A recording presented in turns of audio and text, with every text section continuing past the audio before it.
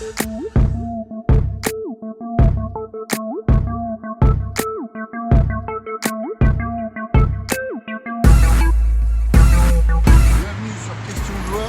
format qu'on a décidé de mettre en place parce qu'on reçoit pas mal de questions de la part de joueurs sur nos réseaux sociaux ou en privé et ça nous semblait important d'y répondre. Ça peut vous donner des pistes pour continuer à travailler dans ces périodes un petit peu particulières, voire même ensuite au quotidien.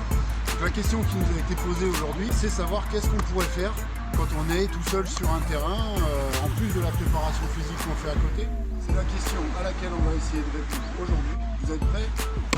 On est parti pour les exercices. Le plus classique, on va partir sur le tir plateau. Le but, c'est de démarrer vraiment près du panier, 3 switches à chaque fois, et je recule d'un pas à chaque fois que j'ai fait 3 switches.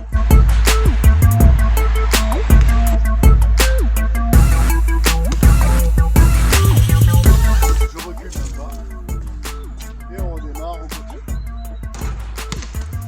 On continue jusqu'à ce qu'on refasse 3 switches. On recule jusqu'à arriver à la ligne des lancers francs. Donc on va partir sur une première série de lancers francs, donc 10 lancers francs marqués. Après, si on est un peu plus chaud, on peut aller à se faire des séries plus longues. Ce qui va être important, c'est de garder une trace. Prenez-vous un cahier et écrivez en fonction du nombre de séries que vous faites par jour, combien vous avez marqué par jour. Ne désespérez pas s'il y a des jours où c'est moins bon, mais vous allez voir que sur la longueur, vous allez progresser. Allez, on est parti sur une série. Pour moi, 10 lancers francs. Je ne montre pas tout, mais un autre.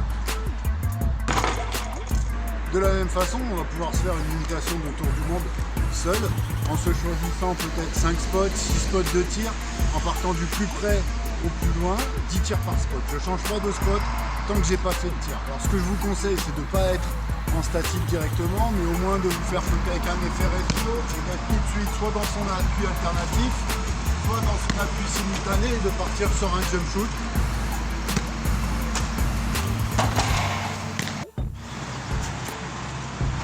Juste pour ceux qui connaissent, je suis sur le terrain à Manosque de l'avenue du Luberon. Il manque un bout de grillage, je vous montrerai tout à l'heure. Donc du coup, là j'ai fait un rebond un peu long, mon ballon. Il est là-bas. Je suis content.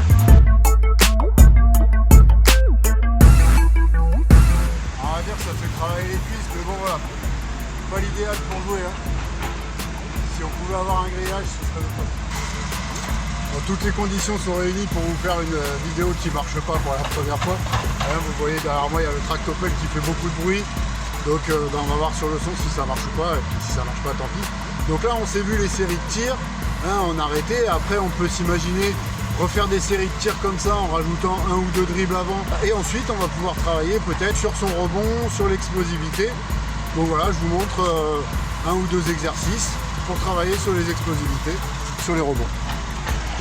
Très simplement, on va aller enrouler, mettre un panier. Le but, c'est de garder toujours les mains en l'air. On pourra se faire 4 séries de 20 répétitions et de chercher à aller sauter le plus haut possible pour ramener la balle.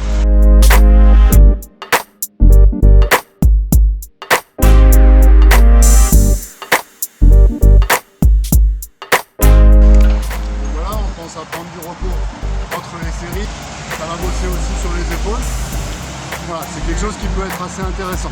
Donc autre exercice pour travailler sur l'explosivité, sur le jump, sur le rebond, on va faire juste des claquettes sur le côté d'une planche, série de 20.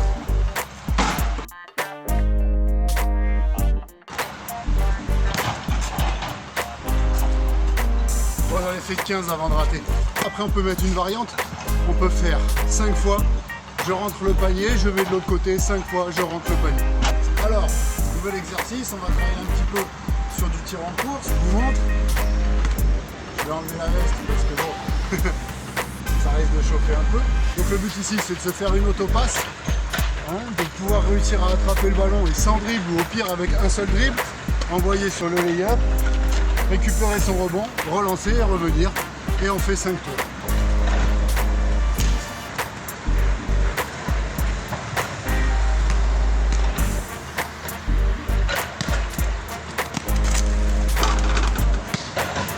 Voilà, 5 tours comme ça, vous avez vu là-bas j'ai fait des petits appuis, c'est ce qu'on va chercher à éviter de faire.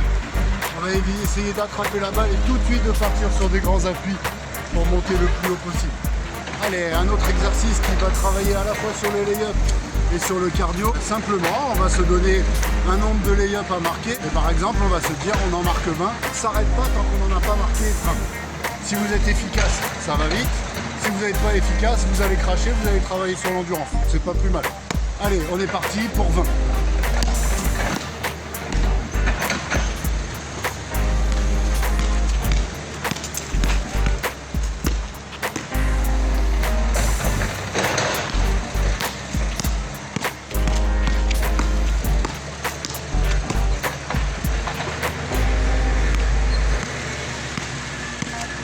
Voilà, je ne fais pas tout, vous avez compris le principe. Pour aujourd'hui, une dernière forme d'entraînement, ça va être ce que j'appellerais le shadow boxing. Le shadow, hein, c'est d'imiter des moves qu'on a envie de travailler en imaginant qu'on a un défenseur alors qu'il n'y a pas de défenseur. Donc ça, c'est à vous de voir ce que vous préférez selon vos postes, ce que vous préférez bosser. Est-ce que vous préférez travailler à 3 points, un tir en sortie d'écran? Si vous travaillez du poste mou,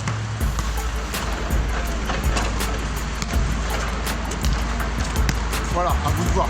L'idée, c'est quand même de bien s'imaginer qu'on a le défenseur, quel contact on aurait avec lui, quel mouvement, quelle interaction, et de répéter plusieurs fois, toujours exactement le même move. Bien savoir où sont calés ses appuis, où je pose mon dribble, où est-ce que je regarde en imaginant que j'ai des partenaires sur le terrain, qu'il y a des défenseurs sur le terrain.